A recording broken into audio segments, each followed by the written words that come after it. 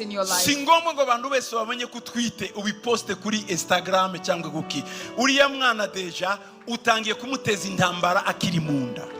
It's not necessary for you to post that you're pregnant. You are already exposing your unborn child to those people. Ikindi mbabwira gikomeye mutazi. Another thing you don't know. Mutazi ariko cyabaye develope n'abasataniste. But it was developed by Satanists. Mwe muragikora abahungu. And men do it, young men. Guterera umukobwa ivi ngo akwambika impeta, umwambika impeta. Kneeling down. Ibiriya muba mukoze ububaye anda y'imbaraga zindi. Niyo mpamvu mubona amagwa atakicuba kubu. When you tugaterera umukobwa ivi.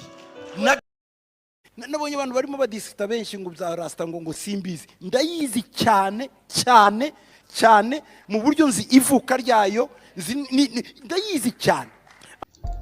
Mu minsi ishize DR.Ap Gitwaza yatanze inyigisho mu rusengero ubwo yavugaga ku myitwarire y'abasore n'inkumi bubu, aho umusore asigaye apfukamira umukobwa agiye kumwambika impeta.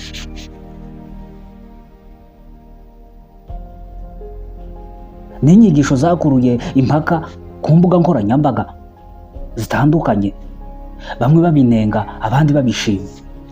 Reka turebere hamwe zimwe mu nyigisho za DR.Ap Gitwaza zavugishije benshi ku mbuga nkoranyambaga. Ikaze kuri BCTV, je di Bonfise Chambara, imbata y'ibyegeranyo. Kora subscribe wowe utarayikoresha na comment. Mu kwa 12 2024 DR.Ap Gitwaza yatanze inyigisho mu rusengero rwa ZIMWE Temple ubwo yavugaga ku ba Rastafari. Byakuruye impaka nyinshi kuri rezo sosiyo, ndetse bamwe batangira kuvuga ko avuga ibyo atazi, aja mu ntambara y'amagambo n'abashigikiye Rastafari. Yabageneye ubutumwa avuga ko ibyo avuga abizi, ndetse azi n'igihe Rastafari yavutse. Anashimangira ko Rastafari ari idini rya Satani, ndetse yanafashe umwanya yihanangiriza inkumi n'abasore ku myitwarire yo bagomba kugira mu rusengero. Asaba inkumi kutambara pantalo mu rusengero, abasore nabo abasaba kudatunga dread. Umva uko yavuze cyane cyane mu buryo nzi ivuka ryayo ndayizi cyane. I saw some people debating on what I thought about Rastafarianism.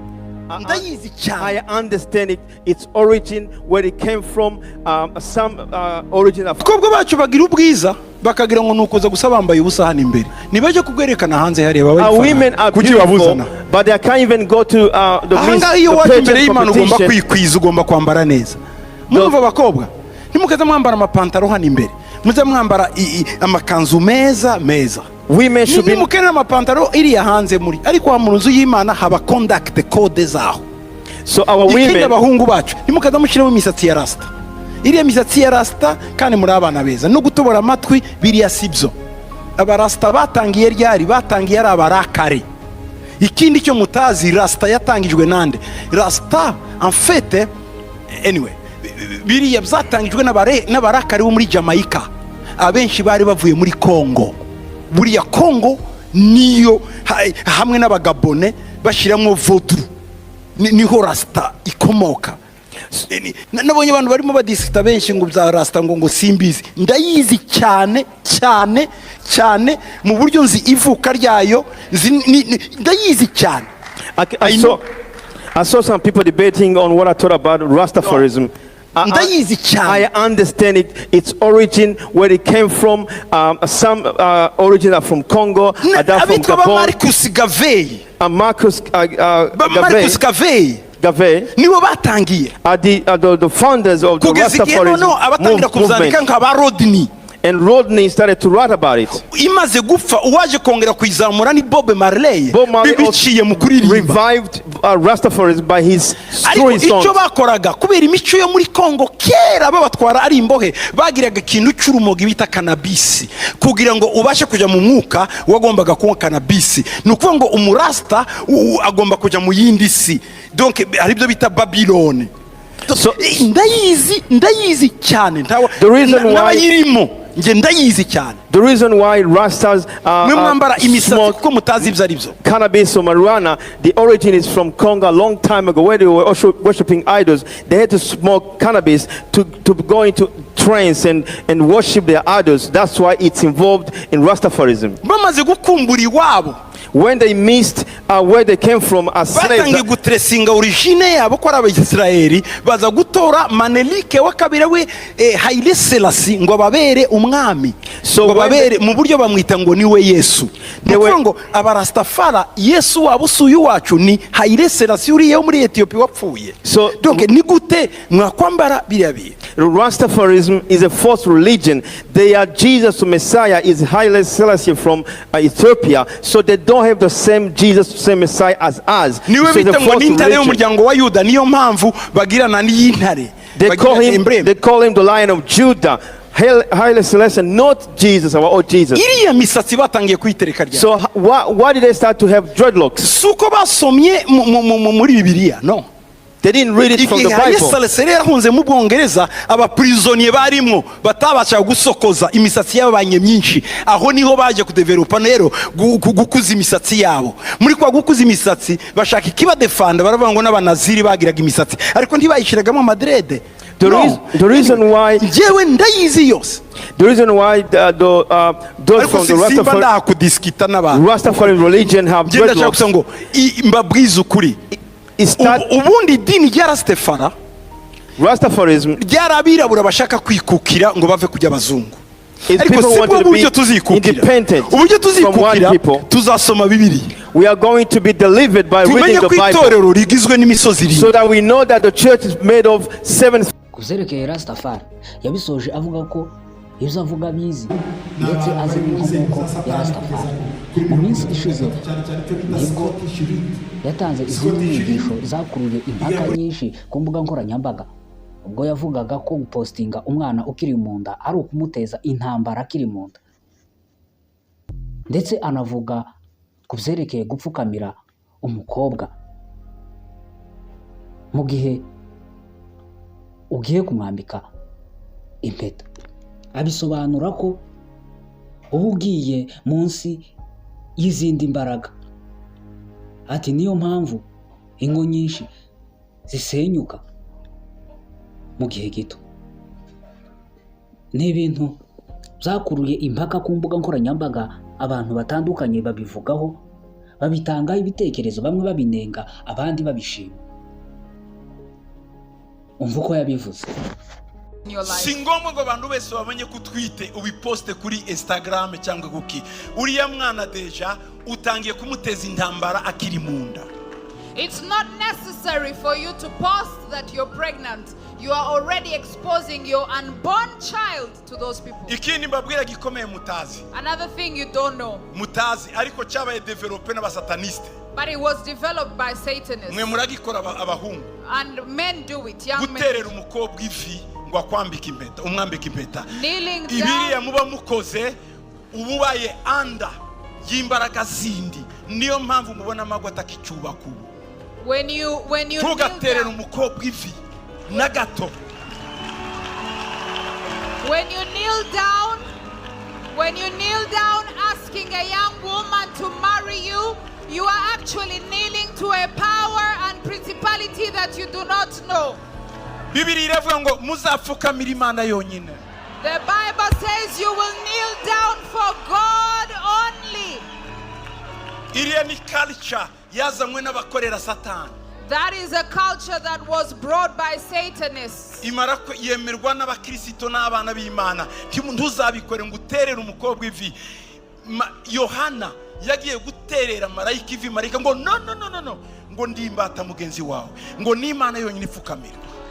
And this is a culture that even believers have embraced, remember the Bible tells us that even John, when he went to kneel down before an angel, the angel said that I am a servant like you. You will only kneel down for God. Young women. When a man when a young man wants to kneel down before you, refuse and tell them, I am not God. Please do not kneel before me. First of all, that's not part of our Rwandan culture. Where did you get it from? You will look for birds and catch owls.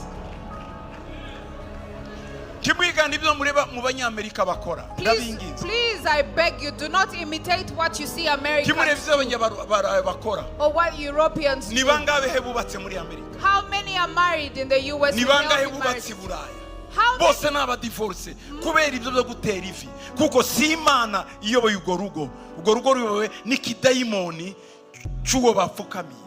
Because it is not God leading those marriages, but the demon, the principality that leads those marriages. Most of them end in divorce.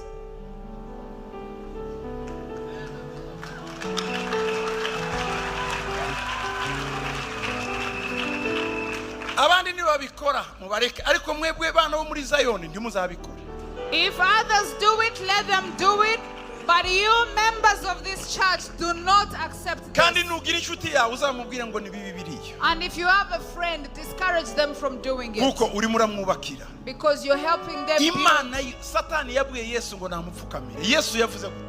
Satan told Jesus to kneel down.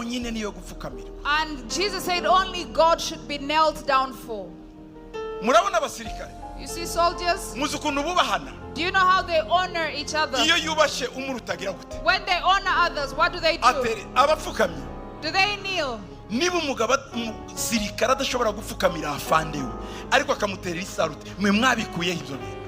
If a soldier will salute a leader, why do you kneel if they will not kneel? Soldiers are the most honorable than horses. They should kneel before their leaders. But they stand in the right position and then salute.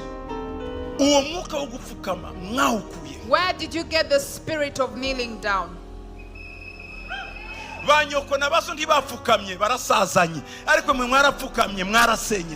Your mothers and fathers never knelt. Your fathers never knelt and they are still married, but you are kneeling down and you are not married.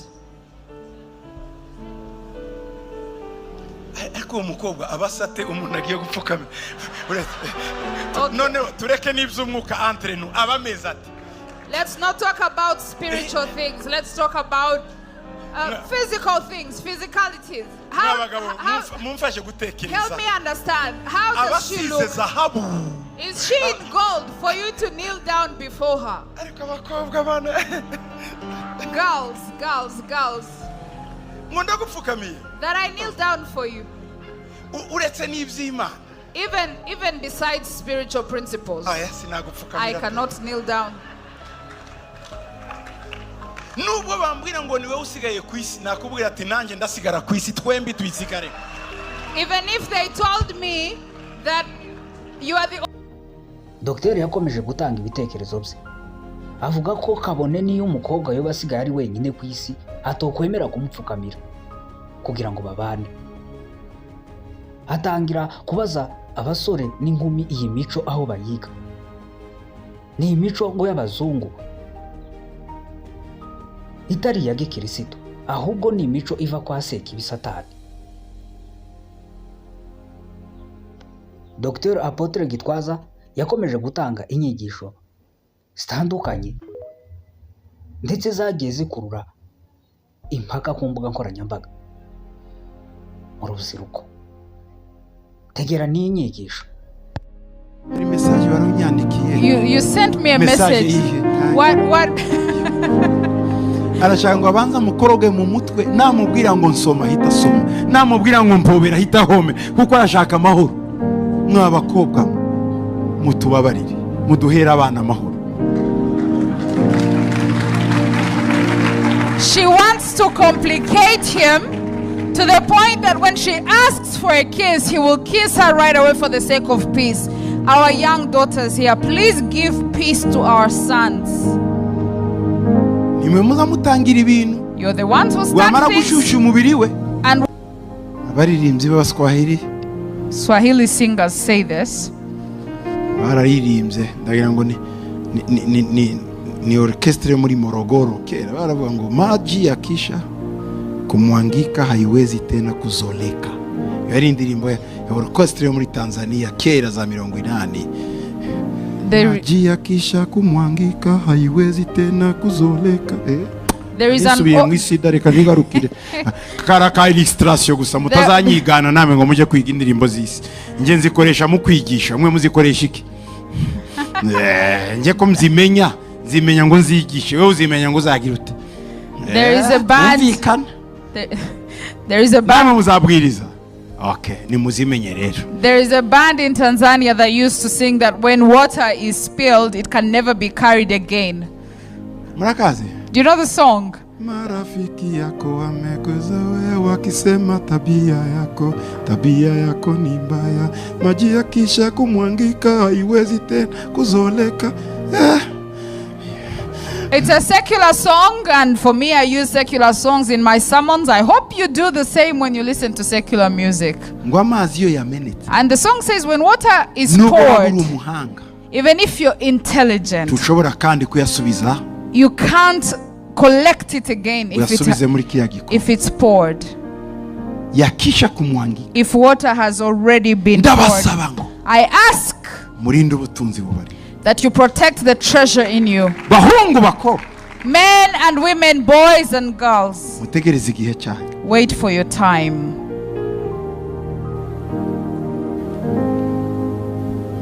We have a problem of eyesight.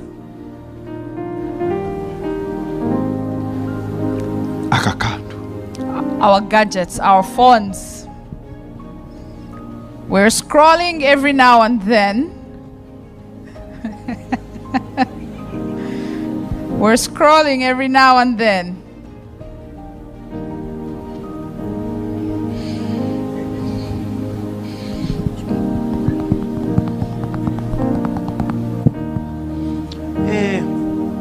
Ngohereje audio. And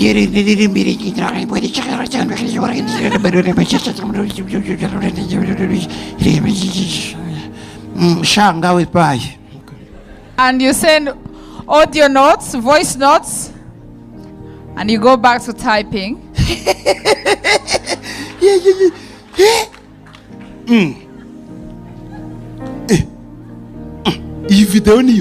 Is this video real?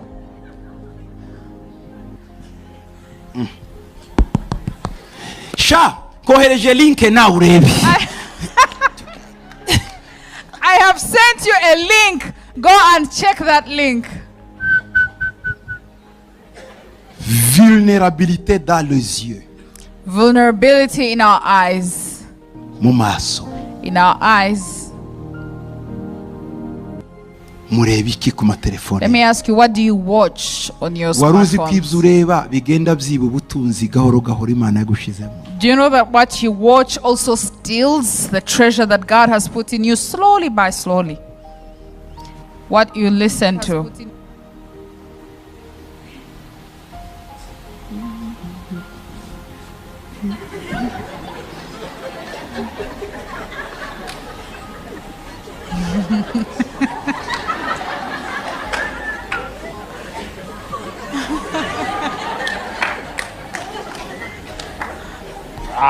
Ikatitse vuba di. YouTube nayishiramo ama publicity. This YouTube with adverts, you go back to your YouTube. Uko niko mubayeho. That's how many of you live. Uragenda ukipfunda mu cyumba wenyine ugasogongera imiziki y'isi. Ibyo wumva ko birakunyunyuza ubutunzi Imana yagushizemo. You go to your rooms, lock yourselves in the room and listen to music, secular music, but what you listen to is stealing the treasure God has put in you. Muri Ask Paul. In Ask Paul, mu bibazo tugira byinshi. Many of the questions we receive, twasubije kenshi and we have responded to these. ni ibi bivuga ngo These are the questions. ndi umukristo ndakijijwe faza. I'm a Christian, I'm a believer, Father. Faza ndagukunda cyane kandi ndakwemera. Nuko atangira. I love you so much and I trust you. Na equipe mukorana mwese. And the whole team. Faza. Njyewe ndi umukristo. I am a Christian, Father. Kandi nkunda Imana Faza. And I love God. None se Faza. Now, gukorera secular music ni icyaha vraiment. Is it a sin to sing secular music? Se Faza. Father.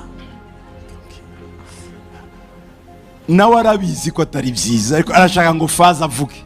Nimvuga rero ngo Faza nawe ntakigendana n'igihe kandi nawe uzi mu mutima wawe kwigihe ifaza avuze nicyo. Kuko mubazi ibyo muzi.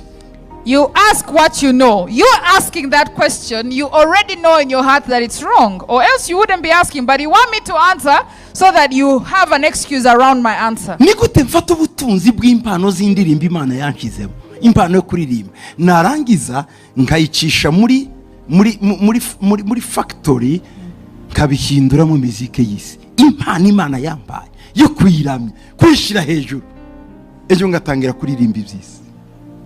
Mwabahungu mwabakobwa mu bukwe bwanyu mutuzanira abapagani ngo babyine, abapagani ngo baririmbe. Umwana watojwe, umwana wicara hamwe mu rusengero mu bukwe ukazana ababyina indirimbo z'isi. Yo ntabwo ari twe twababyaye muri ibi byarwa. Umwana w'Imana hazana b'Imana kuzamura ibirori. A child of... Do you know why?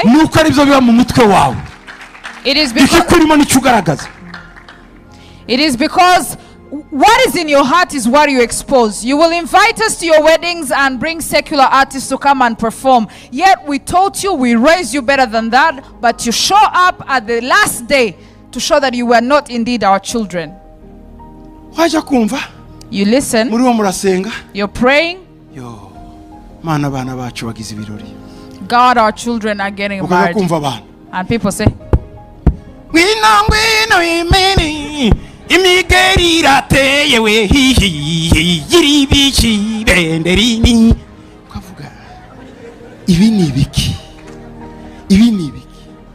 mwananiwe kuzana abakristo ngo bababyinire kuko nabo barahari bashobora kubyiniza Imana baririmba icyubahiro cy'Imana muratuzanira batera imigeri teri imigeri hakurya garukiyo nubwo mbasetsa ndagira ngo mbabwire ko murimo muramara ubutunzi Imana yabashize. Murimo mwiriyica mutabizi ubwo rugo murimo mwubakira kuri izo ndirimbo. Murimo muzana abisi ngo bababyinire ngo babaririmbire mbabwire n'urufatiro rubi. I am making you laugh. I know this seems funny, but what I'm telling you is that you're laying the wrong foundation for your marriages, for your lives in the future, when you start working with unbelievers, inviting them to your weddings, to sing, to dance. It shocks us when we attend your events because of what we find there. Barbara. Yes. Nigute ubwira abakobwa bakuri inyuma nanye kagira abahungu ntibagira abahungu babari inyuma n'abakobwa batari inyuma. Bridesmaids and groomsmen. Nigute ndi umukozi w'Imana. As a servant of God, who has learned the word, who loves God, kazana umusururu w'abahungu b'abapagani inyuma yanjye hari abana b'abakristo bara. I bring pagans as my groomsmen. Uzi icyo bivuze? Do you know what this means? Urugo rwawe rukinguriye imiryango. You're opening doors for your marriage. Nigute umwana w'umukobwa. How does a young woman, you get married,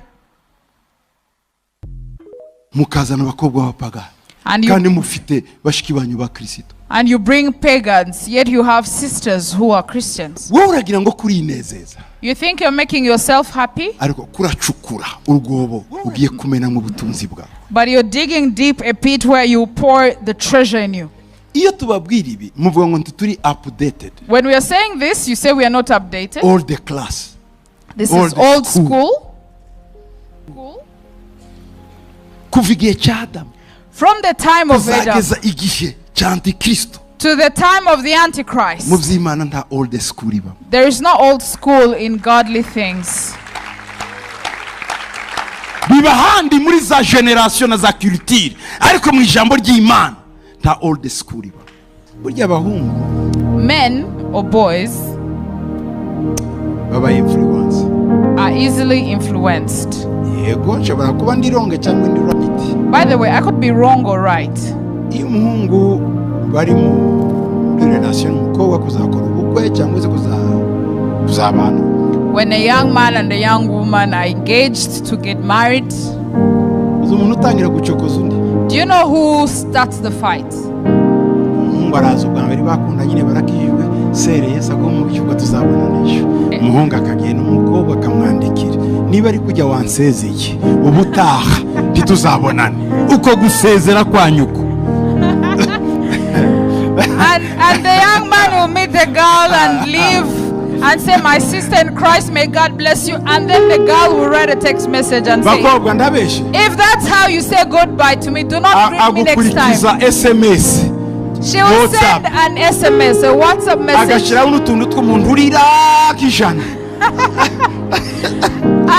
And she will add crying emojis.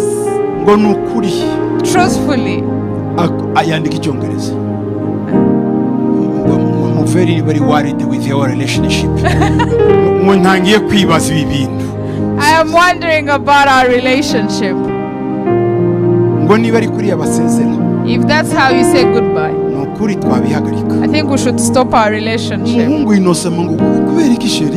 And the young man, innocent, will ask, why?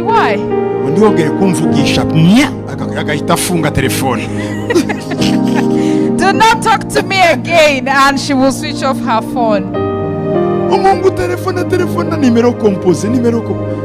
young man will call and the phone is off. So the young man goes to the girl's house in the morning.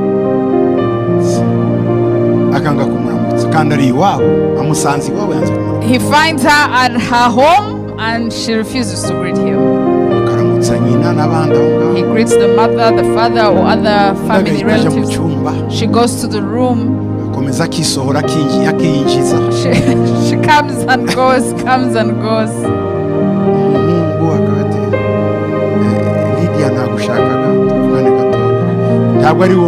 It's not you, Lydia. Do we have a Lydia here? It's another Lydia.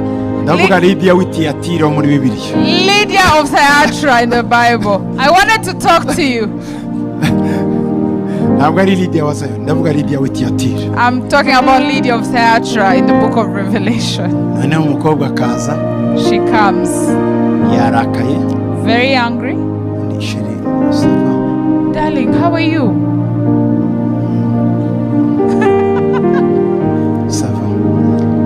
It's okay. What happened?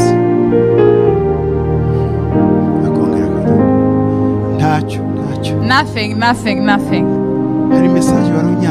You sent me a message. What? Arashaka ngo abanza mukoroge mu mutwe namubwira ngo nsoma hita soma namubwira ngo mpobera hita home kuko arashaka amahoro. Mwabakobwa mutubabarire muduhera abana amahoro. She wants to complicate him to the point that when she asks for a kiss, he will kiss her right away for the sake of peace. Our young daughters here, please give peace to our sons. You're the ones who start things. And once you heat his body up, and he wants to eat,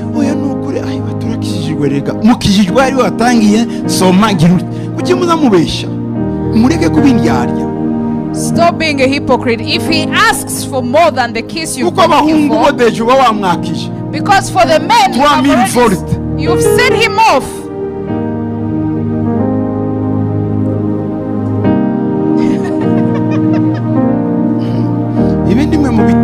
You start these problems.